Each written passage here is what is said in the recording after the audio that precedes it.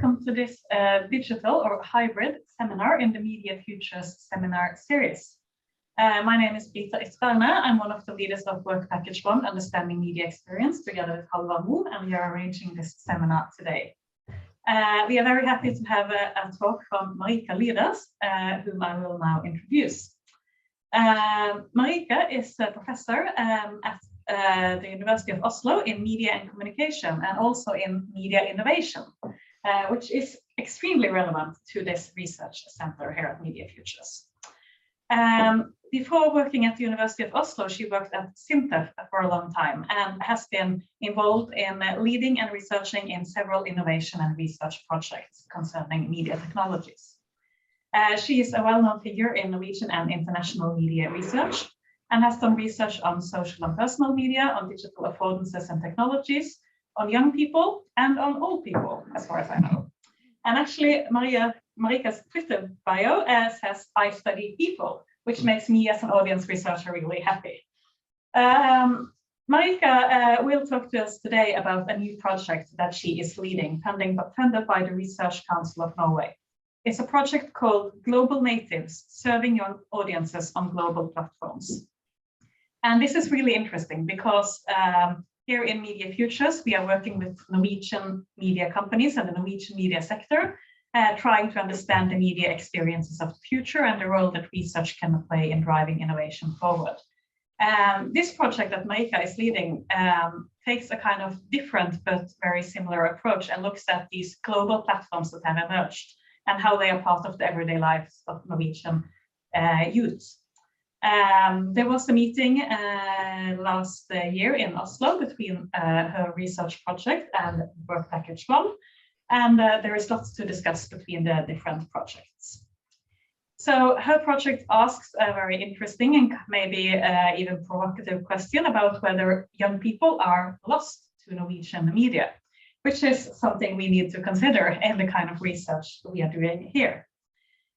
Today in the talk, I think Marika might talk a little bit about that, the kind of the setup for the project, but also about media entertainment experiences among young people.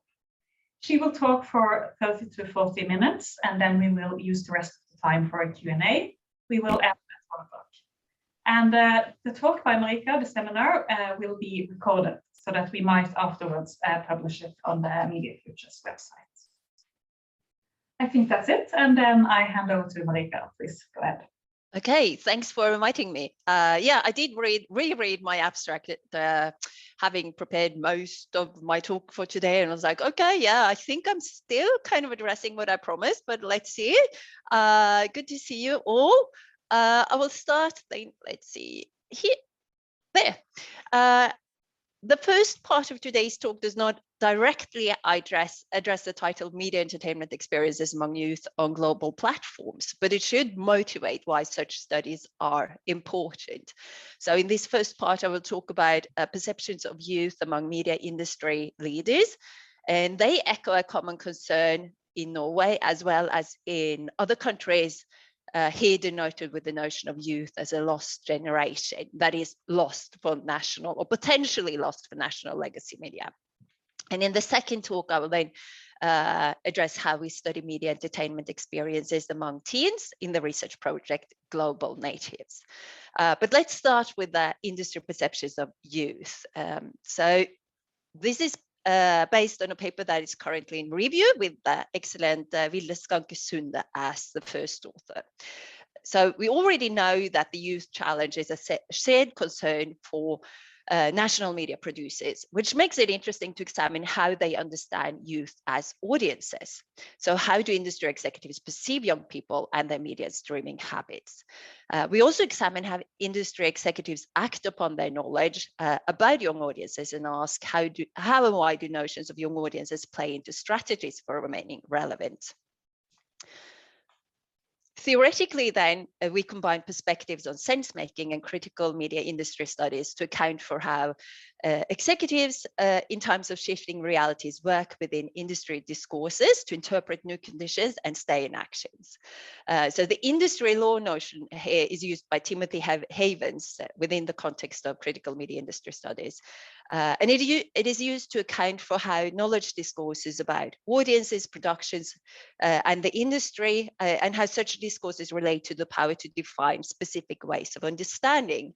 And his point is that these kind of these types of industry law may as such also impede actions by like, okay, we know the reality and we know what works.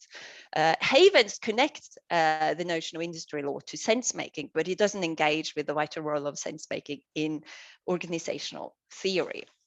So central to our argument is that sense making is about the interplay of action and interpretation in times of disruption. So sense making may alleviate how industry law as regimes of truth hampers action. So in our framework, then law relates sort of to knowledge discourses as structure, and sense making refers to the agency to reinterpret and act and to find plausible ways forwards in times of change. And next, two interconnected transformations are core to the industry perceptions and sense making processes that we investigate here: the turn to streaming for a multitude of media content and the characteristics of young people as first movers to global platforms and streaming services. The study is based on qualitative interviews with 39 industry executives, CEO, top-level industry executives and decision makers in the Norwegian music, film, television, and book industries. So these interviews were conducted from October 2019 to February 2020 as part of our previous project, Streaming the Cultural Industries, but which is kind of served as a bridge to our new project. The interviews lasted about 60 minutes, and once the interviews were done, informants filled out a response scheme with 30 statements about streaming, and 5 of these statements relate to perceptions of youth, and use these statements then to structure the analysis about perceptions. So there were 30 statements in total, and 5 of these were about youth and young streamers. And we did not define then youth in the interviews, but most considered this to be kind of late teens and young adults, late teens in particular. We had 39 informants, but one of them did not fill out the form. But the point here was to explore whether executives in different sectors have similar or different perceptions. So I'll go through all of each of these 5 statements then. All but one agree to the statement that young people have unique media habits, or more specifically, young people have completely different media consumption than older media users. They emphasized how young people are digital, global, and social in their media consumption. They pointed to how they are moving on to new platforms and services. And many also noted how youth are leaving national legacy media behind. So reflecting this general notion of youth as escaping or missing or potentially lost. And some also emphasize the amount of time that young people spend on content produced by gamers, influencers, content creators, and online celebrities. And they also address the prominent role these types of content providers and facilitators play in entertainment youth cultures. Most agree to the statement, people who stream a lot are generally younger than those who don't. And we know from other statistics and surveys that this is quite accurate.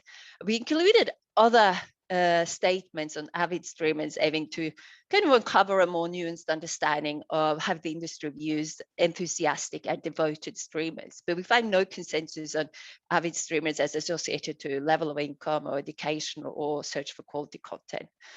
So many stressed also have streaming favors youth use anytime and anywhere consumer mode, since streaming allows for more convenience and choice. And the convenience of streaming is seen as naturally fitting to youth's needs and preferences.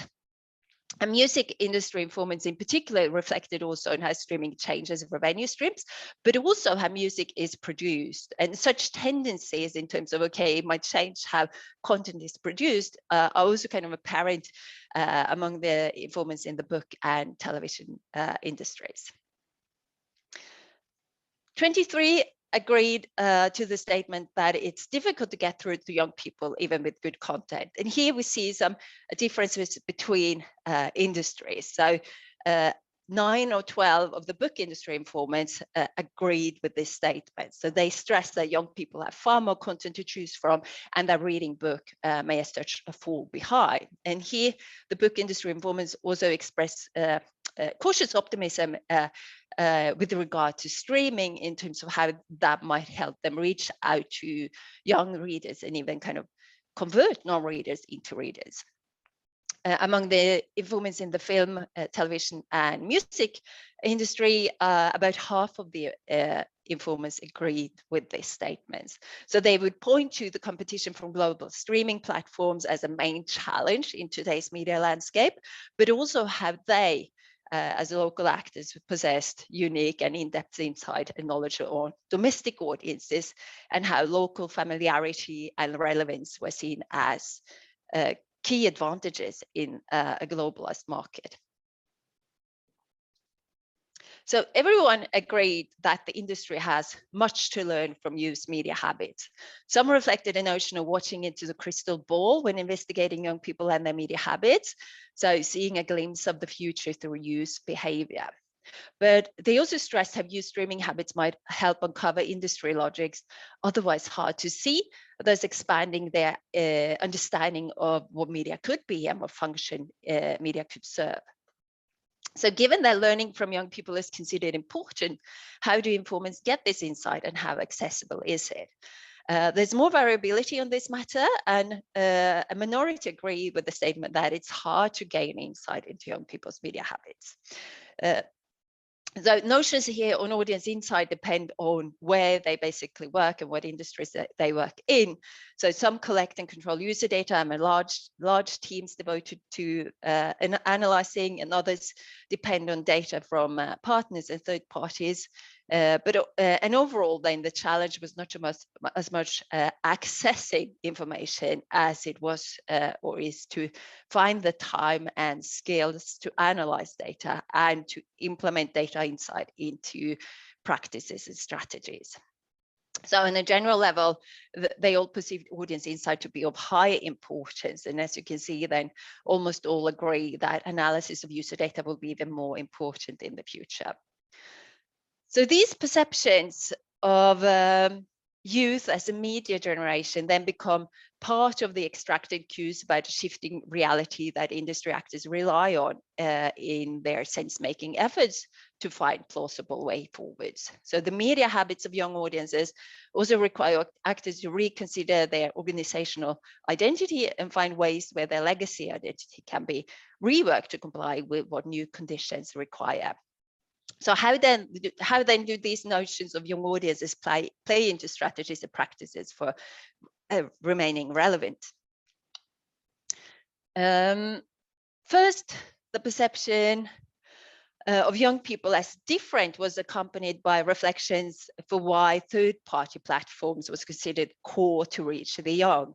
So having a presence on the platforms where young are was considered as strategically important. So a related strategy is teaming up with online celebrities, gamers, and influencers, leveraging from their reach and status and assume know-how and expertise in creating content that attracts young audiences.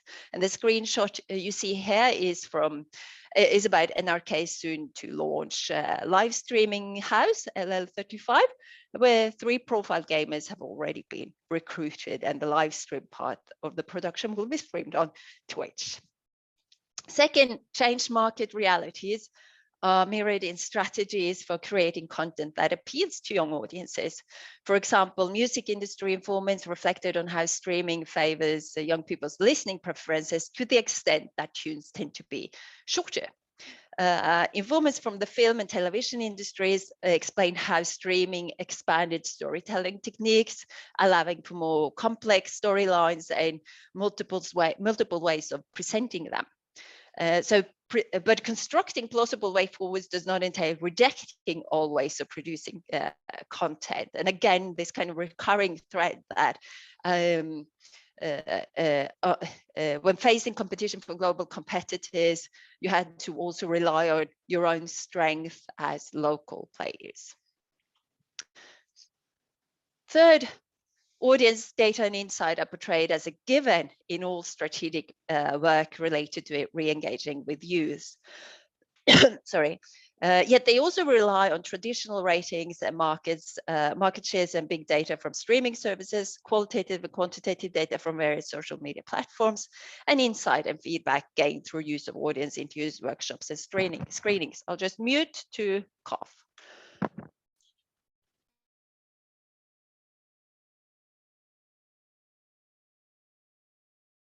Sorry. So audience insight is considered a key component in strategies for re-engaging the youth, but insights certainly extends beyond quantifiable metrics and datafication and analytics. In the research project, Global Natives, we start from the rather explicit concern among media actors that youth have radically different media habits compared to those older. And how national media actors need to take actions to reclaim their attention. An important part of the project is also to study what media entertainment is for teens and why their ways of using entertainment matters to them. So in this second part, I will not present the research project as such, but address how we study media entertainment experiences among teens. But I'll start with the overall project objective. A bit hairy, but okay. The stated objective of the project is to investigate global natives as a generation with settled and radically different media entertainment habits and the actions taken by national media producers and policymakers in order to become relevant for a new media generation. Now, I could spend an awful lot of time explaining how a notion of global natives is more nuanced and less deterministic than it might first appear. But for now, just take my word for it and think of it as a term to think with, and that it reflects how for today's teens, global platforms are a given. A second caveat, within a 3.5-year project, we can't, of course, conclude whether their media habits are settled. So it's more of a what if they are settled point of view. But for this talk, let's just settle with the very basic questions. What are their entertainment media experiences and what platforms and types of content are important for them and why? And in examining their media experiences, apart from focusing on entertainment experiences, we pay attention to the importance of global and national media actors, as well as the importance of legacy media and social media entertainment. So we focus on audiovisual entertainment across genres and industry, targeting teens on global platforms, and produce them by two categories of content producers. So the first category is what we recognize and know as the mass media, the legacy media, entertainment produced by national and international media industry players, typically rooted in a mass media paradigm. And the second category refers to entertainment produced by the media historically relatively nascent phenomenon of users turning and turn professional content creators. So what you typically associate with notions such as YouTubers, influencers, content creators, and gamers with relatively large fan bases. And for teenagers then, these likely represent default components of the entertainment they turn to. So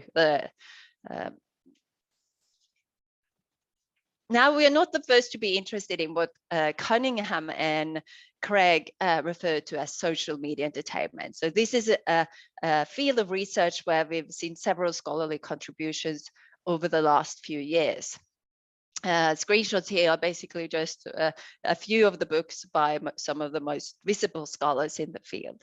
And as a field of research, this is characterized by an interest in conceptualizing content creators and influencers from the perspective of labor, including the efforts put into relational labor with fans and followers, but also the relation between platforms and cultural producers.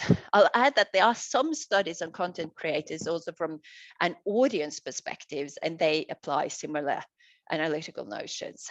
There are additionally marketing studies interested in the stickiness and influence of sponsored content and marketing by influencers. And of course, since we're talking about social media and platforms such as Snapchat, Instagram, TikTok, there's no shortage of studies on the role of social media as social for youth. But we believe that the topic of social media and global platforms as entertainment for users in their role as audiences is rather under-researched. And moreover, our project is not only about social media entertainment, but rather how entertainment media today encompasses these types of content creators and content from legacy players. So our interest is primarily in how social media entertainment is an unavoidable aspect of understanding today's youth cultures. Now the audience studies part of Global Natives is one of several empirical components of the project. It's where we started, and as you can see, we have just started what we call the longitudinal qualitative study, where we'll follow up to 30 teenagers over the course of the next 2 years. So we'll also do a survey, which is not limited to youth, and we'll do case studies and elite interviews from an industry perspective, as well as later in the project period, look into the policy regulating aspects and topics. But I'll focus on the longitudinal qualitative study for now. This is in many respects a very conventional study relying on qualitative interviews with up to 30 teenagers then in the Oslo and Bergen areas. So we plan to do follow-up interviews in 2023 and 24. We're considering alternatives here. For instance, reduce to one follow-up interview and replace one of them with some type of diary study or experience sampling method. But the main challenge for the first interviews is the sheer scope of topics to be covered, which means that these interviews need to be rather explorative, a little time to go into depth, and they still last up to 90 minutes. We hope to keep them at 60 minutes, but I've done 7 interviews thus far in, it's challenging. So what we ended up with was to combine the interviews with what is referred to as a Q-sort method. So I'll explain a bit about that next. So the Q-sort method is perhaps most common in psychology as a mixed qualitative, quantitative approach to study subjective experiences on basically any given topic. So during the interviews, participants sort cards with items and statements according to level of importance or level of agreement for them. And the interviewer then asks questions along the way. So the interview is basically structured according to the cards. And the resulting maps with cards are quantitatively analyzed with a factor analysis with the tweak that participants are treated as variables. So participants who load on the same factor have sorted cards in a similar way. Now, the Q-sort method was not something we initially planned to do, but in preparing the interview study, we discussed the need for the first interview to be explorative. It had to cover different platforms, different types of content, the national and the global level. And I came to think of Kim Christian Skrøder at 1 or 2 Normedia conferences, having talked about a study where he used what he referred to as a Q method to investigate young people's news media patterns, and thought we might be able to do something similar in our study. So Kim Christian is the second author of the Peters et al. Paper there. And it was promising not only or primarily because of the factor analysis approach to define entertainment repertoires, but perhaps more because it gives participants something to do in the interview setting. And on the next slide, I'll just show you a few of the maps, but making participants sort according to importance gives an overview of exactly that, which types of platforms and content are important for them, which is interesting in itself. And we have too many topics to cover. So the sorting exercise informs which types of content and platforms to ask more questions about, so that we can actually do the interviews without spending 3 hours. So you're probably curious, what do these maps look like, and what cards, what's on the cards? So this is how 17-year-old Dor sorted her cards. This interview was conducted on Zoom, so we use an online tool. You find the URL on the bottom of the slide there, which collects no personal data whatsoever. So it works relatively well. And all participants are then informed and reminded that they can to sort the cards relative to their importance as entertainment, which is important because many of these are social media platforms, but they need to kind of try to disregard that a bit.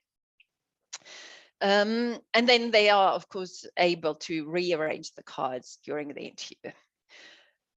And then more questions are asked for cards that are important to participants, and fewer questions then about questions that are not so important. So the Q-sort method will hopefully inform one type of analysis, the entertainment repertoires, but the interviews are, of course, or really should be useful also outside the Q-sort approach. We will not repeat this Q-sort exercise in the follow-up interviews, but we might show them how they sorted the cards in the first interview. With only 7 interviews conducted thus far, it's a bit early to see how they kind of load in terms of entertainment repertoires, but I can at least show you, have a few more examples. I'll keep track of time here also. So a few minutes ago, I suggested that for this talk, we might ask the relatively basic question: what platforms and types of content are important for the participants and why? And these maps visualize the first part of the questions, though evidently what the interviews say in the interviews are important to address the why part of the question. Alexander and Jonas here, they are relatively similar in terms of how they have sorted the cards, and then there are of course aspects or dimensions worth going into, and where you need the context of the participant in order to understand why they've sorted as they did. So for instance, to understand why Alexander here finds workout content on global platforms important, we need to understand how this is an important part of his life and how this is also reflected in the content he seeks out online.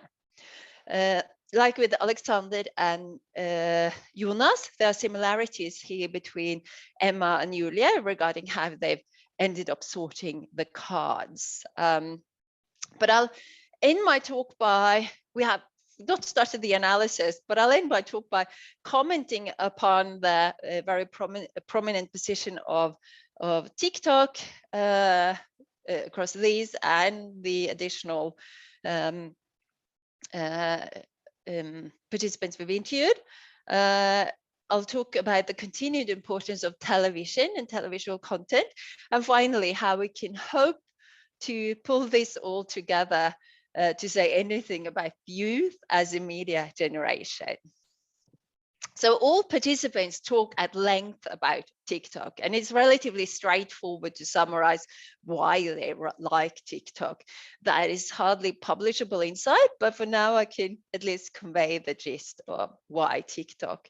So the social part of TikTok is hardly important at all. They might follow friends there, but it is the personalized for you page that is important, which works so well that for some there's almost no reason to follow anyone at all.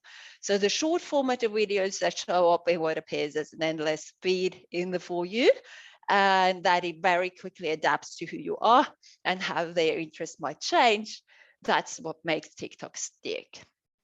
Which means that TikTok is remarkably popular among all the participants, but what TikTok is in terms of content is of course very different. So I think all the participants mentions TikTok as a platform with the best algorithms or personalized content. And I find it curious that TikTok also appears as a tool that they with quite some enthusiasm try to sway by trying to figure out what works. So for some, hearting videos is not so much a gesture toward the creator that, yeah, I like this content, but it is to inform TikTok that, sure, give me more of this. It also seems like common knowledge that the platform picks up on the types of videos you stop to watch and which quickly scroll by.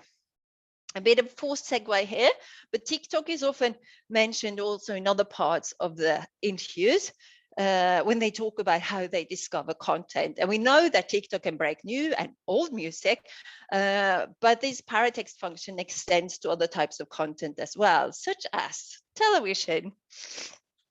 So you know this as an audience, but teens still watch television quite a lot. And I guess you're all familiar with how Statistics Norway measured this in Mediebarometeret. So television here is basically how we used to watch television in 1991. And since Statistics Norway wants to compare VS, streaming is included in video media, but this second category then also includes recorded shows on television hard disks. So they watch a bit more than they in combination than they did in 1991. With that, so like most, but not all of the 17s we've interviewed thus far, television is very, very important. With that said, new formats of watching certainly has consequences. And it's worth mentioning that teens have access to the streaming services that the parents subscribe to.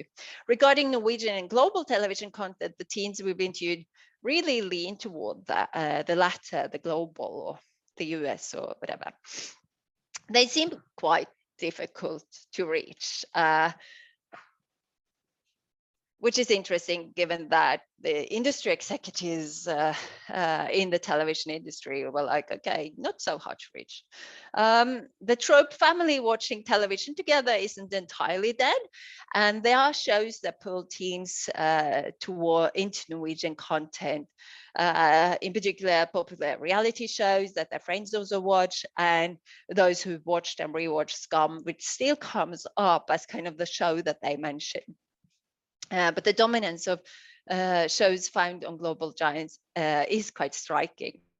On a side note, when talking about Norwegian and global content, there could be a tendency to lean toward global also in the context of social media entertainment. So they say things like Norwegian content creators were important when I was a kid, but now that they are older, they have a much larger social media entertainment world to choose from.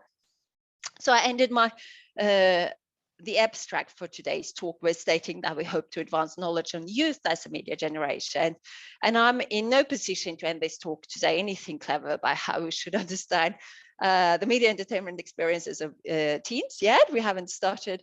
We have just started the empirical studies, and we haven't analyzed the material. We haven't started analyzing the material yet. But what I can say is that the notional generation can be used analytically, regardless of how the media patterns of youth develop in the future. So if we return to Mannheim's seminal work on generations and social change, the point is really to understand how youth under some circumstances can develop a sense of sharing the same orientation toward the world. And such a sociological approach to generations has been applied by, for example, Göran Bolin in his book Media Generations, that I can certainly recommend. So the big questions for us then concern how global platforms and content are included as part of what shapes their way of seeing and understanding the world. Not that they would end up seeing the world in one way, but that the perspective from which they see and understand things may shift as a consequence of their media lives being what they are. Thanks.